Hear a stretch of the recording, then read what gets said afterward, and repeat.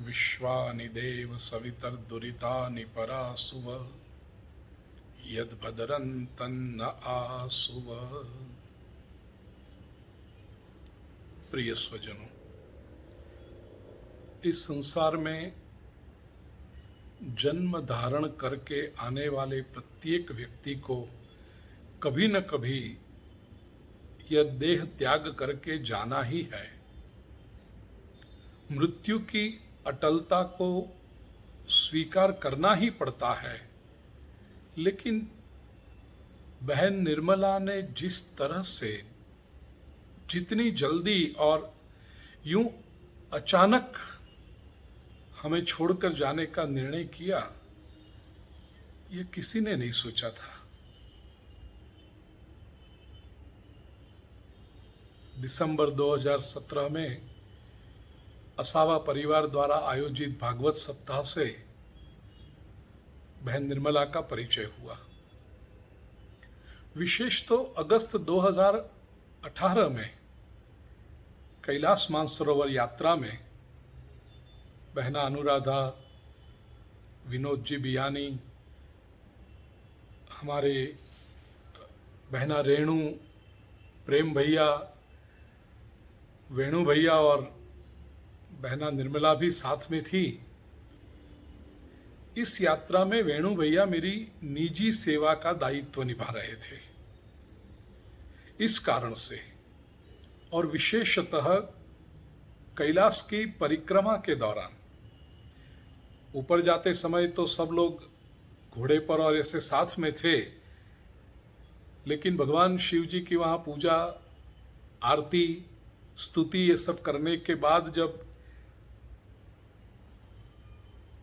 गौरी कुंड और नीचे की ओर जब आना होता है तो सब अलग अलग हो जाते हैं। वहाँ क्रम ऐसा है, सब अपनी अपनी गति से चलते थे।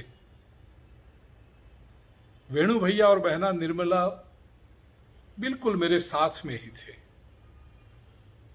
तो उस समय कैलाश पर्वत की महिमा, शिव पुराण और अन्य अन्य शास्त्रों के आधार पर जो भगवान शिव की महिमा का मैं वर्णन करता था, बहना निर्मला इतने ध्यान से सुनती, बीच बीच में वो अपनी जिज्ञासा भी प्रकट करती। और चलते चलते जब थक जाते तो हम तीनों साथ में ओम नमः शिवाय का जप करते। वहां भगवान कैलाशपति के सानिध्य में किसी शिला पर बैठकर विश्राम भी साथ में ही किया।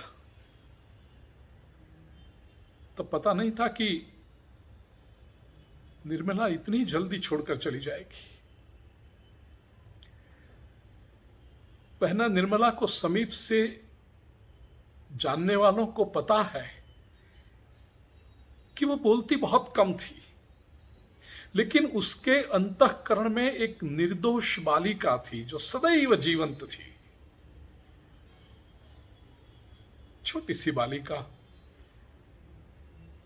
जो सभी को सुखी देखना चाहती थी, सभी को प्रसन्न देखना चाहती थी, अपना हो सके उतना प्रयत्न करके सभी के जीवन में, सभी के चेहरों पर एक मुस्कान, एक स्मित रखना चाहती थी निर्मला। मैंने निर्मला के मुख से कभी भी किसी की निंदा नहीं सुनी, कभी किसी के बारे में कोई नेगेटिव बात करते हुए या कमेंट करते हुए कभी नहीं सुना उसको। हमेशा जिस परिवार की वो पुत्री और जिस परिवार की पुत्रवधू रही, ये दोनों परिवारों की मर्यादा, संस्कार और परंपरा का निर्वहन करने में ही उसने अपना गौरव समझा। हमारी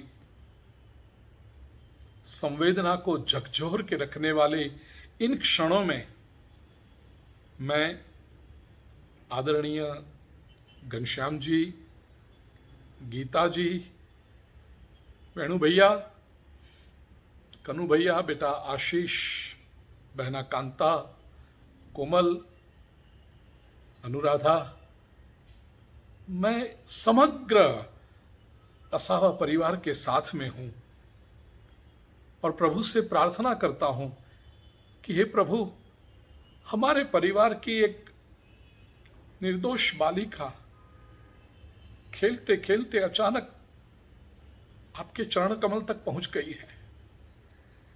प्रभु, अब तो करुणा निधान है, कृपा के सागर है।